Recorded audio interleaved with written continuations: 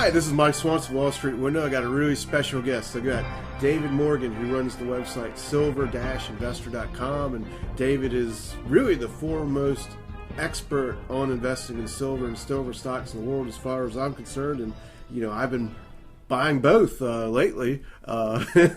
So how you doing, David? Doing quite well, Mike. Thank you. Well, thanks for taking the time out of your busy schedule to talk to me and everyone else. Just curious, you know, we've seen silver and gold, go into a bear market in 2011 and have several huge drops last year. And since December, they have gone up very well, the stocks have. But last week, we saw a sharp pullback, and I'm getting lots of people emailing me worried that, you know, this could all be a big start of another big crash, because we saw similar things happen in the past couple of years where we get a rally, then a big decline. So just wondering, what do you think is going on? Well, before I start, I'll use the adage I love, which is the market knows more than anybody.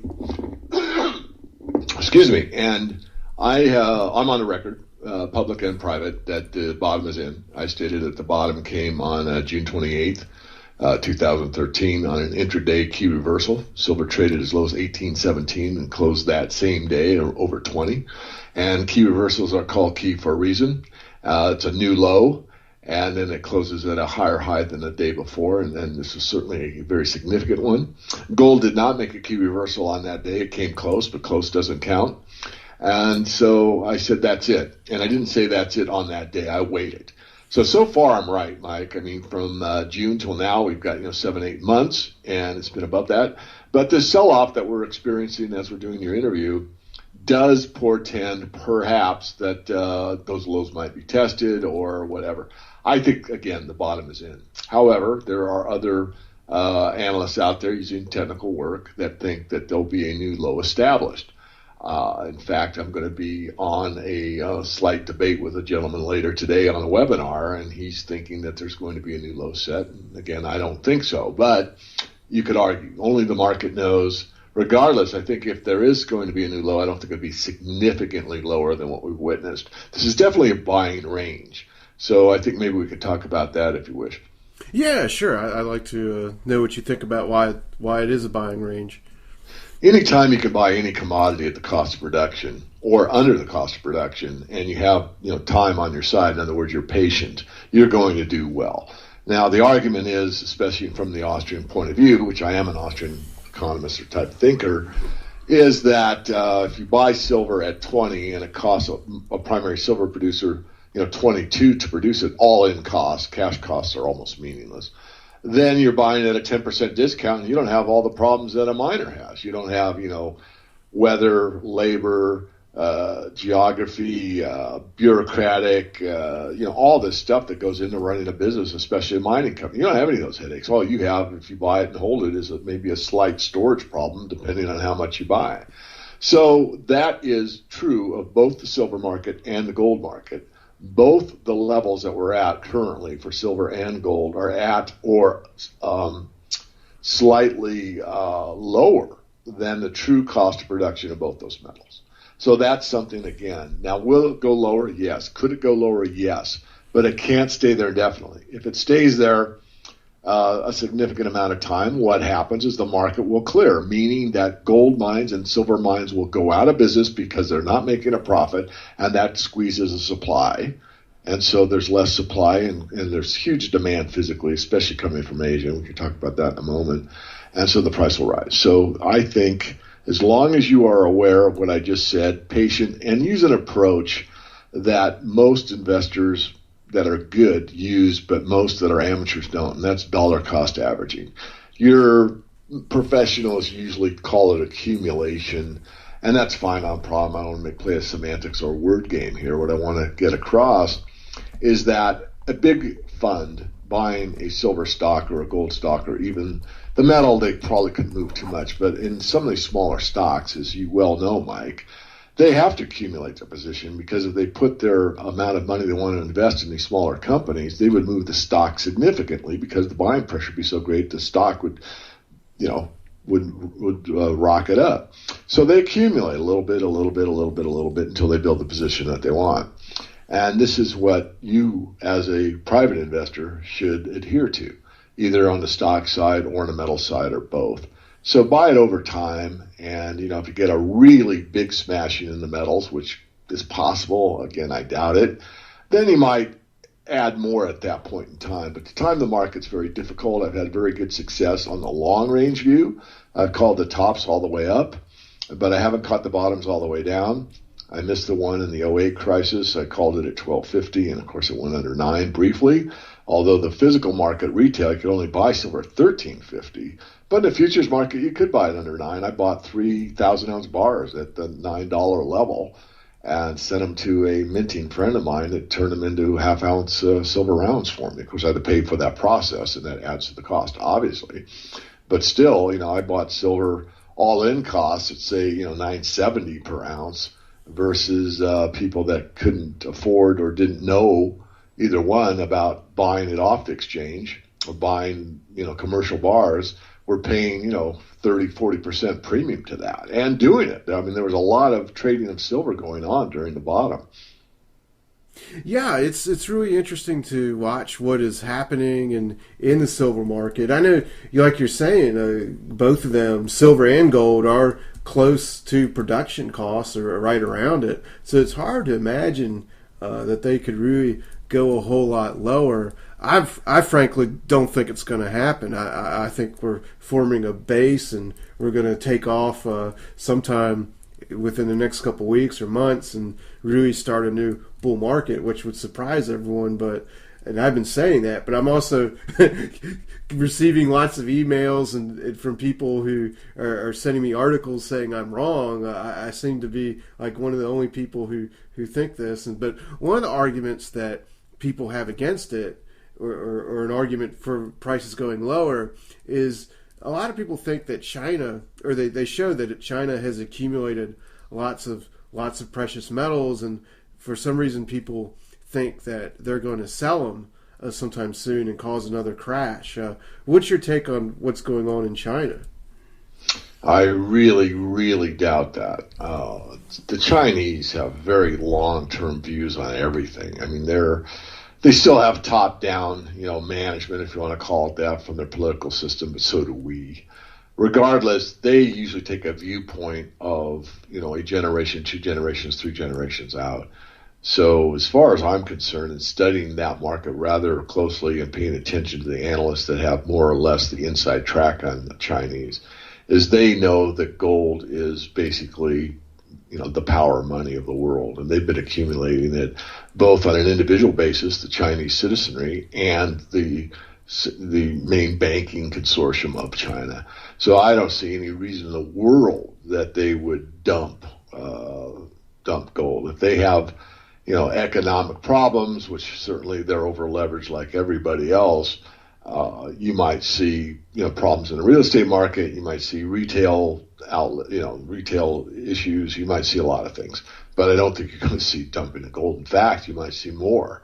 Now, gold, as Casey says, and a lot of people don't really get this idea, doesn't make me right, doesn't make me wrong, but watch the market, because the market is the one you want to pay attention to. Gold's a crisis hedge. You always get, I'm not going to buy it because of deflation, or inflation isn't high enough, or, and they have all these ideas surrounding gold. And you can find vast amount of articles about, it's reciprocal to the U.S. dollar. It's only good in inflation. I mean, you pick your why gold goes up de jour, whatever your flavor is of this week on why gold reacts the way it does. No, gold reacts for crisis reasons, or for uncertainty is actually a better term, I think. If you're uncertain whether the market's going up or down, or you're uncertain if housing is bottomed or not, or you're uncertain about your job prospects in the future, or you're uncertain about will you be able to afford retirement, or there's all this uncertainty, and that's gold. Gold is the most certain thing out there. Does that mean the price doesn't vary? No, it does not.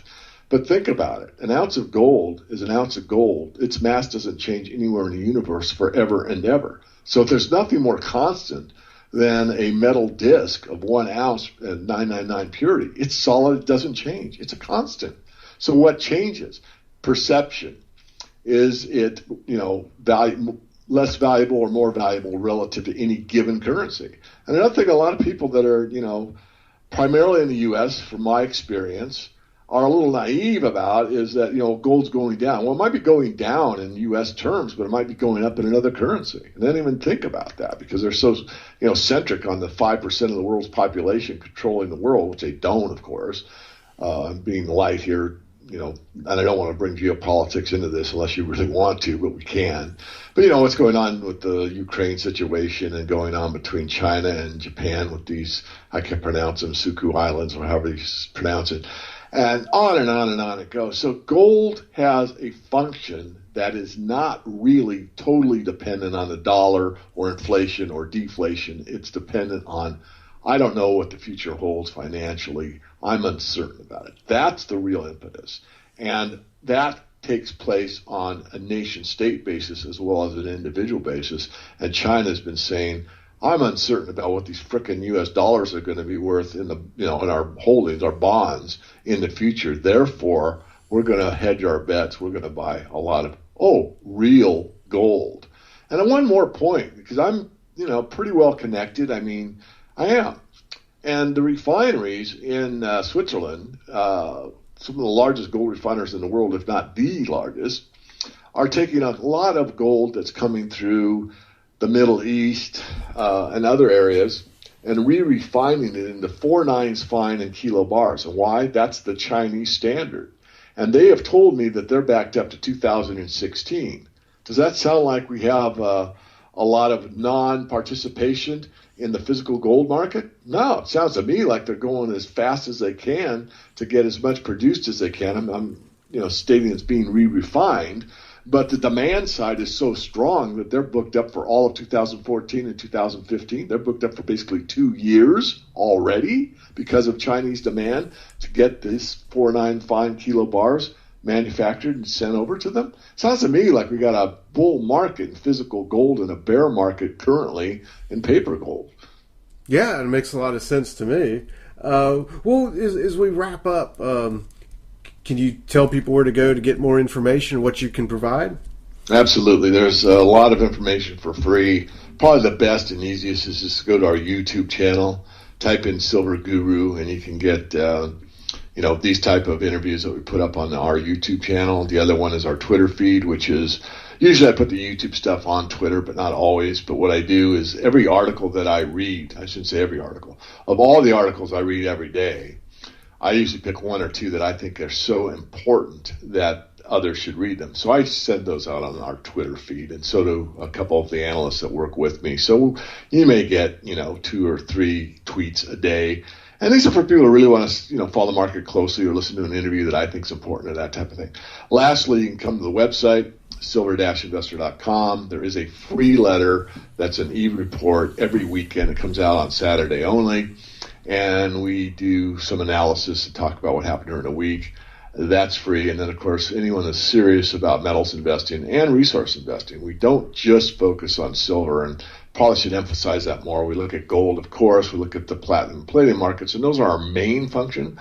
But we've talked about copper, moly, lithium, zinc. We have a zinc company in the portfolio. We wrote a report on the zinc shortage, or supply squeeze might be better. I don't like to use the word shortage, but well in advance of a lot of the mainstream Wall Street analysts. A few of them caught on about a year after us, so we were ahead on that. So there's things that we look at. If you're a resource investor or a precious metals investor, you might join for free. You can get our report, full access to the paid website for 30 days for free.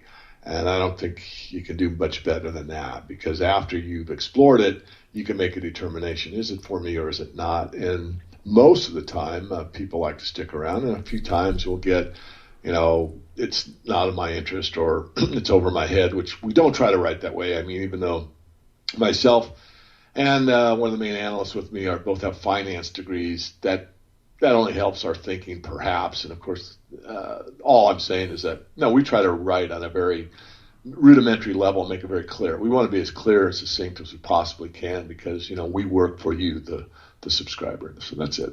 Yeah, well, thanks for taking the time to talk to me and everyone else, and hopefully we'll do another interview in the future.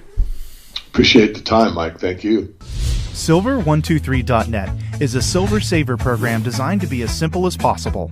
For as little as $50 per month, You can set up and create an automatic cost average buying program that will get silver or gold sent to your door on a monthly basis. The first step to creating an account is easy. You will supply some basic information. Next, you will add a bank account from which you will schedule your purchases. Scheduling purchases makes saving easy. Silver Saver is customizable and allows you to control the amount and the date of purchase. Once you are signed up, you are then given your affiliate code. Now you can save in precious metals and also market this program. You can use email, web pages, and multiple forms of social media to share the Silver Saver program. Silver Saver will reward you generously with physical silver or gold whenever someone you refer becomes a saver. Silver Saver not only provides you with a share code, but also allows you to place your own banner ad on a website of your own. Silver Saver is one of the best ways to start saving and accumulating gold or silver, especially at these levels. Visit silver123.net and start saving today.